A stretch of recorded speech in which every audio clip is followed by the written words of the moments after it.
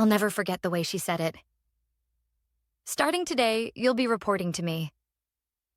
Her voice was light, casual, almost playful, but her smirk carried the weight of a declaration of war. Her name was Candace, 26 years old, 18 years younger than me, with a resume that was still thin enough to fit on a single page.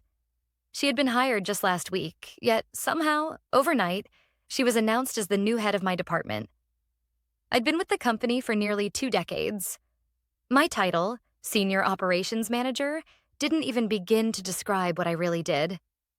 I was the one who kept things running when budgets fell apart, when projects derailed, when clients threatened to leave. I had patched this company's leaks so many times that I sometimes joked I should be paid as a plumber instead of an executive. But that morning, standing in the glass-walled conference room with the rest of my team, I wasn't laughing. Candace stood in front of us like a queen before her court. She had that shiny kind of confidence you only see in people who haven't lived long enough to fail yet. Fresh haircut, designer suit, manicured nails that tapped impatiently on the desk as the CEO sang her praises. "Candace will be bringing fresh perspectives, bold strategies," he said, his hand resting proudly on her shoulder. "She's the kind of leader we need for the future. Allie, you'll be working closely with her during the transition. That word sliced through me like a knife. Transition meant being replaced. Transition meant I was the past. I forced a smile, even as my team's eyes darted toward me, curious, worried. "Of course," I said calmly. "I'm happy to help." Inside, though, I could feel my stomach twisting. Candace didn't waste a second. "Allie, let's get your workspace sorted. I'll take your office. You can move into the smaller one down the hall." She spoke like it was already settled, not even waiting for my response. The room fell silent. My office. The office I'd earned after years of late nights, weekends sacrificed, holidays missed. The office where I'd celebrated wins, cried after losses, and built a career brick by brick. I nodded slowly. Understood. My voice was steady, though my hands weren't. By lunchtime, I watched maintenance staff carry out the desk my colleagues had gifted me after we hit record-breaking numbers 3 years ago. My plaques, my framed client letters of appreciation, all dumped into cardboard boxes. Candace trailed behind them, pointing, directing, her heels clicking across the floor like a metronome of arrogance. "The bulky desk goes too," she instructed. "It's ancient." Ancient. That word stung more than I wanted to admit. When I sat down at my new space, an uneven desk shoved near the supply closet, with a chair that squeaked every time I moved, I caught sight of myself in the computer monitor. For the first time, I looked replaceable. My phone buzzed. A message from HR. "Please confirm receipt of the attached performance review draft." Confused, I opened it. My stomach dropped. It was a formal performance improvement plan, the kind of document they put in place before termination. Resistance to new leadership, lack of adaptability, reluctance to embrace innovation. I stared at the screen, my breath shallow. After 18 years, they were building a case against me. And then, as if on cue, my phone rang again. "Howie here," my colleague's voice stammered. Allie, Candace has called a team meeting in the Willow Room. Just for department leads, I paused. "When?" "Now. She said it's not necessary for you to attend." Excluded. From my own team. "No problem," I lied. After hanging up, I noticed another email. This one from Candace, sent to the entire department. Attached was a glossy presentation on growth strategy innovation. I clicked it open, and my heart pounded. The slides were mine. Word for word, number for number, the expansion plans I had drafted 6 months earlier. Market entry strategies for Spain, Portugal, and Greece. Client projections I had spent weeks refining. Proposals the CEO had once called too ambitious. Now, dressed up in Candace's logo-heavy template, they were suddenly visionary. My hands trembled as I scrolled through each slide. This wasn't coincidence. This was theft. By late afternoon, I was summoned to Candace's new office, my former office. She leaned casually against my old desk, scrolling through her phone. "Sit," she said without looking up. I stayed standing. Finally, she raised her eyes. "Your European strategy was well received today." "You mean my European strategy?" I asked, my voice quiet but sharp. She smiled without blinking. "Your research was useful groundwork, certainly, but groundwork isn't architecture. I've elevated it into something actionable." "You copied my work?" I said, word for word. "That's a serious accusation," she replied smoothly, slipping her phone into her pocket. "Especially from someone in your position." "My position?" She leaned forward, her smile widening. "People who stay too long in one place often grow territorial, resistant to change. The CEO understands this transition might be difficult for you. If you can't adapt, Allie, then maybe this company isn't the right place for you anymore." The words landed like a slap. I left her office without responding, my mind racing. They thought they'd cornered me. They thought I would break down, beg, or walk away quietly. But as I sat at my cramped desk, one thought crystallized in my mind. They had no idea who they were dealing with, and they were about to find out. That night, I didn't sleep.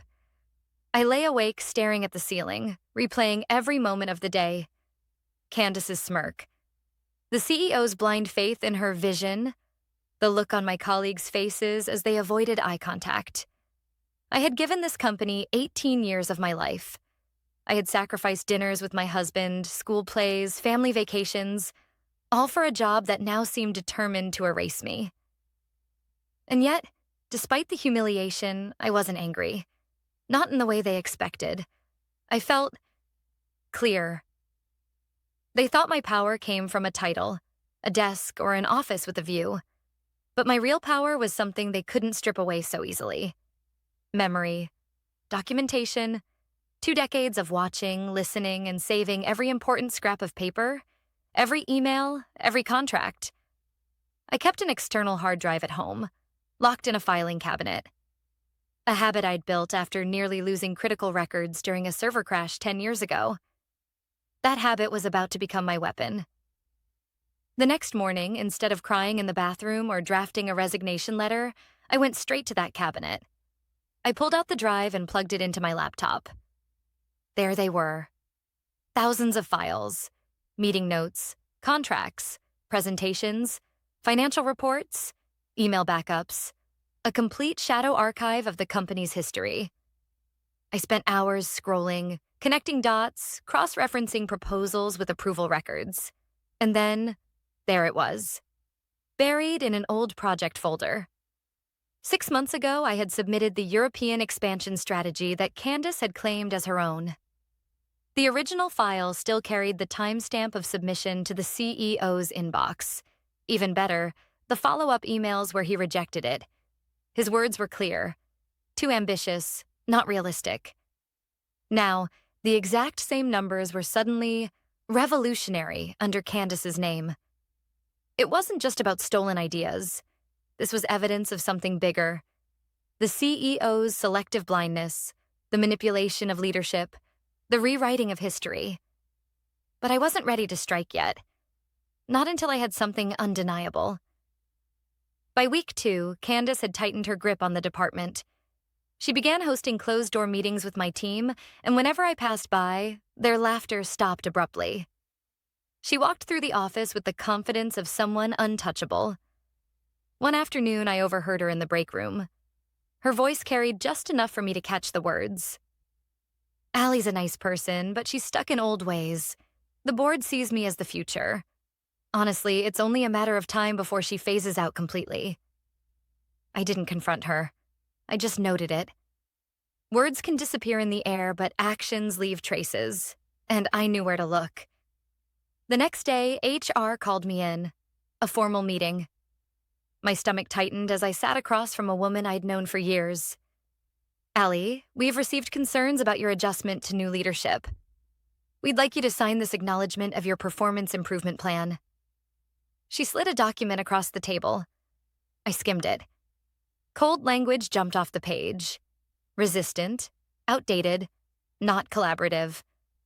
I smiled faintly. Of course. May I take this home to review before signing?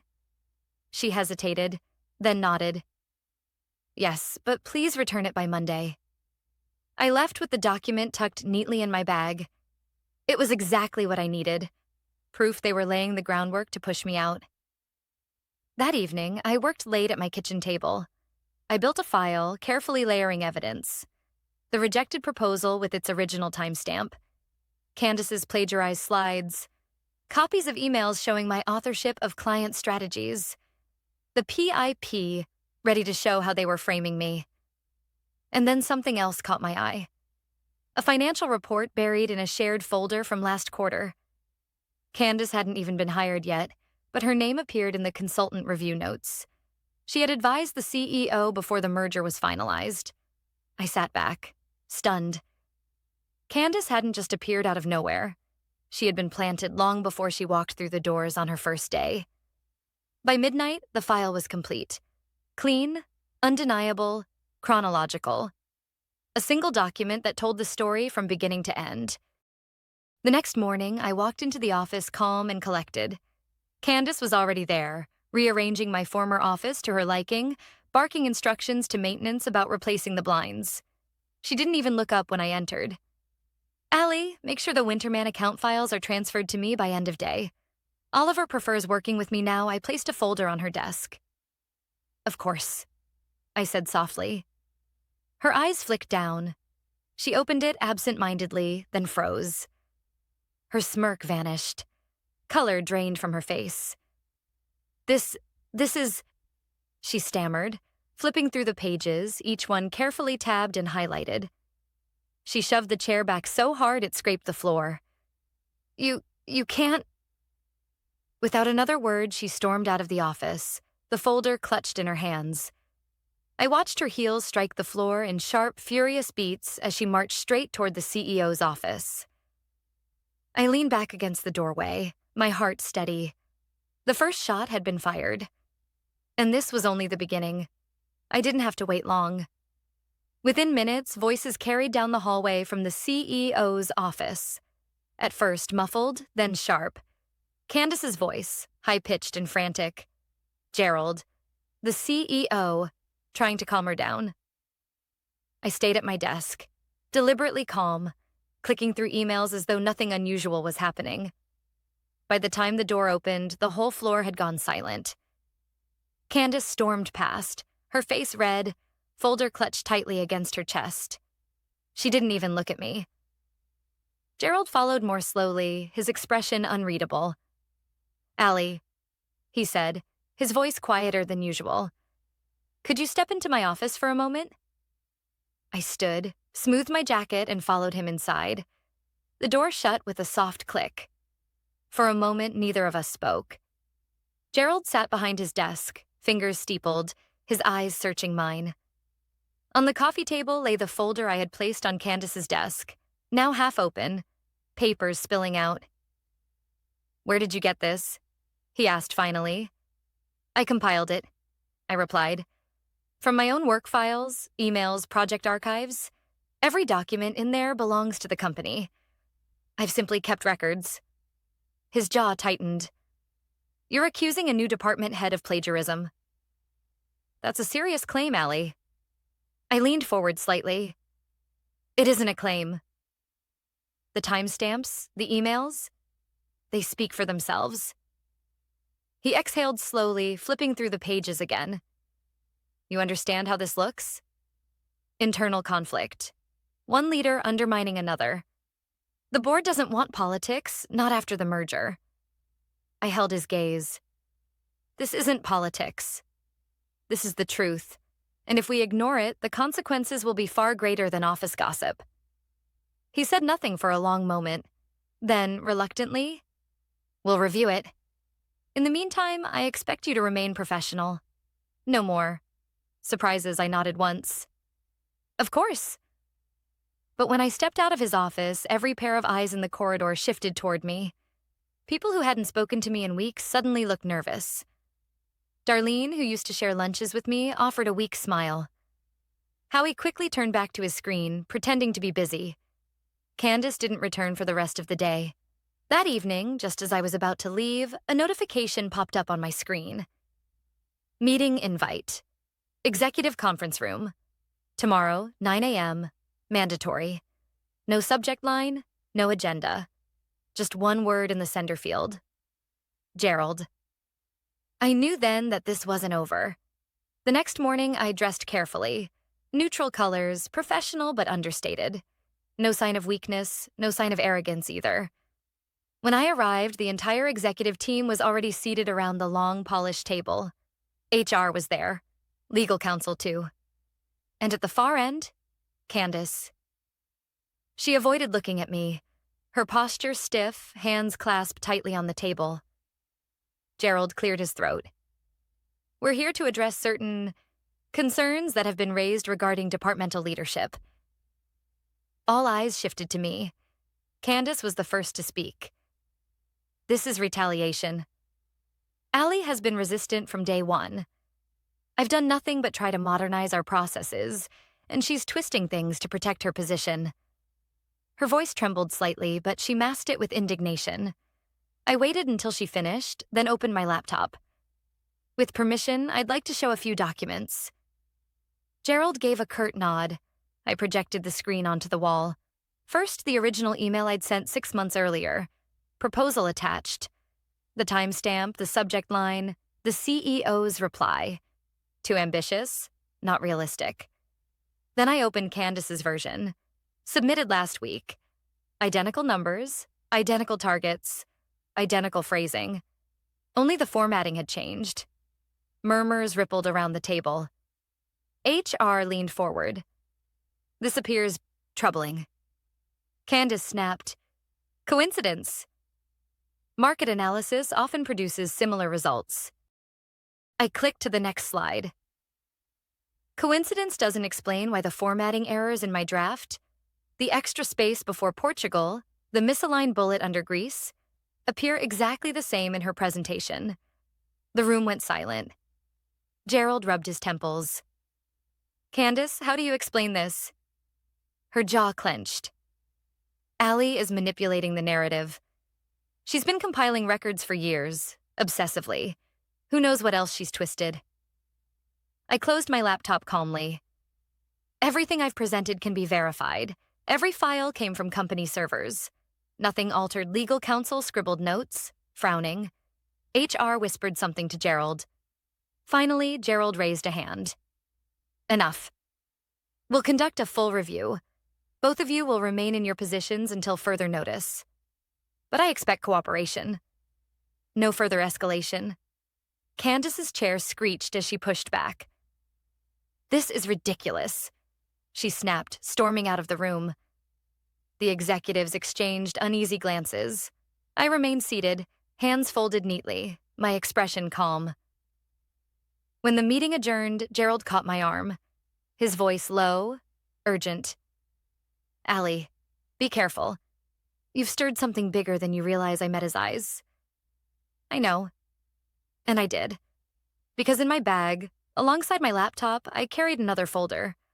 One I hadn't shown them yet. The one that proved Candace hadn't just stolen my work. She had ties to the company long before she was ever hired. And when the time was right, I'd show them. The review dragged on for days. HR sent me polite but pointed emails asking for clarifications on my documentation. Legal requested copies of my backups, which I carefully provided. Each time I walked into the office, I felt the air shift. Colleagues whispered when I passed. Some offered quick smiles, others avoided me completely. Candace, meanwhile, doubled down. She began holding impromptu team huddles without me. Every time I walked into the break room, her voice lowered just enough for the conversation to die. At one point, I caught her slipping into Gerald's office with a thick folder under her arm, her expression triumphant. By Thursday afternoon, I received a calendar invite marked confidential. Executive conference room. Friday, 8 a.m. Mandatory. I knew what was coming. They weren't going to simply review my evidence anymore. They were going to put me on trial. Friday morning, I arrived early. The building was quiet, the kind of stillness before a storm. Inside the conference room, the full weight of leadership sat waiting. Gerald at the head, HR on one side, legal counsel on the other, and 2 board members who rarely attended internal meetings. Candace sat opposite me, her expression carefully neutral, though her fingers drummed nervously against the table. "Allie," Gerald began, his voice heavy, "we've reviewed your claims. But Candace has provided counter-evidence. Emails, performance reviews, and statements from several colleagues suggesting you've been resistant to change and territorial," I interrupted softly. "Outdated? Difficult to work with?" Gerald hesitated. "Yes." I smiled faintly. I expected as much. From her folder, Candace pulled a stack of printed emails. "Here. Proof. Team members saying Allie dismissed their ideas, ignored collaboration, slowed progress." She spread the pages like playing cards across the table. I reached into my bag and laid down my own folder. Full versions of those same emails. You'll see the edits she made when you compare legal counsel picked one up, frowning as he scanned it. Side by side, the differences were clear. Sentences cut mid-thought, context stripped away. A joke about slowing progress with too many coffee breaks transformed into a criticism of my management. Murmurs rippled across the table.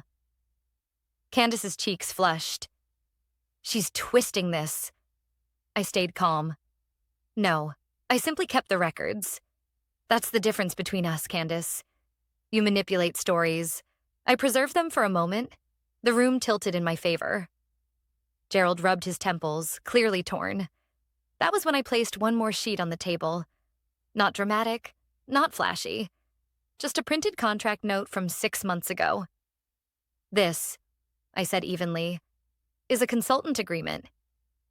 Notice the signature at the bottom." The board members leaned forward. The name was unmistakable. Candace Palmer. "She was advising this company before she was hired," I continued. "Paid as a consultant during the merger. That's why she walked in on her first day with strategies already in hand. That's why she knew exactly which projects to target. She wasn't a fresh voice. She was groomed for this." The silence was heavy. Gerald's face paled. HR's pen froze mid-scribble. Finally, one of the board members spoke. "Gerald, did you authorize this?" His throat bobbed. I was told it was a short-term arrangement to assist with market analysis. Without disclosure to the board?" Candace slammed her hands on the table. "This is outrageous. Allie is fabricating connections because she's jealous. Look at her. She's desperate to hold on to power she no longer deserves." But her voice cracked at the edges. I leaned forward, my tone steady. "This isn't about jealousy. It's about integrity. 18 years I've given to this company. Do you think I'd risk everything on a lie? Or do you think maybe the real lie walked in the door wearing a designer suit and calling it leadership?" Candace shot to her feet. "You don't get to talk to me like that." "Sit down," one of the board members said sharply. The room fell quiet again, the air heavy with tension. Gerald finally spoke, his voice weary. "We'll need to investigate this further. Effective immediately, both of you will be placed on administrative leave until the review is complete." Candace gasped. "What? You can't—" But the decision was final. HR slid papers across the table outlining the terms. Full pay, suspension of duties, no access to company systems. Candace snatched hers, face burning, and stormed out without another word. I gathered my papers slowly, calmly. "Anything else?" Gerald shook his head. "That will be all." As I walked out, I caught sight of my team gathered by the coffee station. They looked at me with wide eyes, whispers already spreading. But I didn't stop to explain. I had been silenced, yes, but not defeated. Because I knew something they didn't. Administrative leave had just given me exactly what I needed. Time. And I wasn't going to waste it. 2 weeks on administrative leave felt like 2 years. The first few days, I woke up at my usual 6 a.m., only to sit in silence with a cup of coffee, wondering who I was without the constant pull of emails, meetings, and deadlines. But then something shifted. The silence stopped feeling empty. It started feeling freeing. For the first time in years, I had space to think, to observe, to connect dots I hadn't seen before. I spent my mornings combing through files, not out of desperation, but out of habit, and the patterns became impossible to ignore. Candace's consultant work wasn't just casual advice. She had been in communication with one of our major competitors during the merger. Her name appeared in meeting notes, hidden in footers of documents no one had bothered to check. Payments routed through a market analysis firm that, with a little digging, traced straight back to that competitor. It wasn't just plagiarism anymore. It was infiltration. By the end of the second week, I had built a file so detailed even the most skeptical lawyer would have trouble dismissing it. Emails, payment records, consultant agreements, shell company registrations. A chain of evidence that connected Candace not just to our company, but to the very people who stood to gain if we failed. And still, no word from Gerald or the board. Delays. Silence. The oldest corporate trick in the book? Stall until the storm passes. But I wasn't about to let them bury this. On the Monday of the third week, I put on my best suit and drove to the office. My badge still worked. The receptionist gave me a startled look, but I walked past her without hesitation. The board was meeting that morning. I knew because I'd seen the schedule circulated before my suspension. I walked straight to the executive floor, carrying one slim manila folder. Outside the boardroom, Gerald nearly choked when he saw me. "Allie, you can't be here. You're still on leave." "I know," I said calmly. "I just have one document to submit before you make your decision." The room fell quiet as I entered. 12 board members, HR, legal counsel. Candace wasn't there, though I had no doubt she was waiting somewhere, preparing her next move. I placed the folder on the table. "Before you finalize anything, you should see this." They hesitated, then opened it. Inside was a simple one-page summary. Not the whole mountain of evidence, just the sharpest peaks. Dates, payments, shell companies, Candace's name linked directly to the competitor who had quietly acquired stakes in our firm. The room shifted as they read. Eyes widened. One man muttered a curse under his breath. A woman at the far end rubbed her forehead like she was fighting a headache. Finally, one of the senior members looked up. "Is this verified?" "Every detail," I replied. "And every source is public record. Anyone with patience and a memory could have pieced it together. I just happened to notice what others ignored." The silence stretched until Gerald cleared his throat. His face was pale. "We'll need immediate legal review." "If this is true." "It is true," I interrupted softly. "And you know it. You've seen the signs for months. You just chose to believe in a shiny new leader instead of the people who built this company brick by brick." No one spoke. I gathered my bag and straightened my jacket. "You don't need to decide my future here," I continued. "I already have. I'm resigning, effective immediately." Gasps around the table.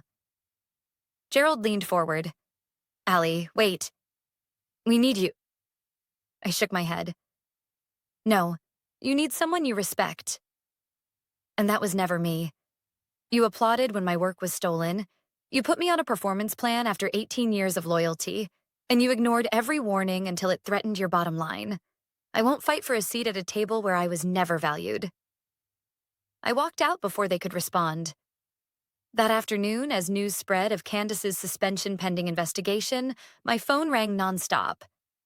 Messages from former colleagues, clients, even competitors. Word had gotten out.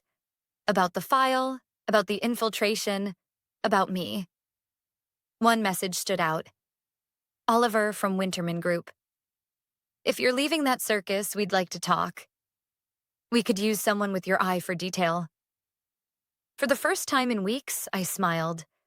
That evening, I sat on my porch with a glass of wine, watching the sunset.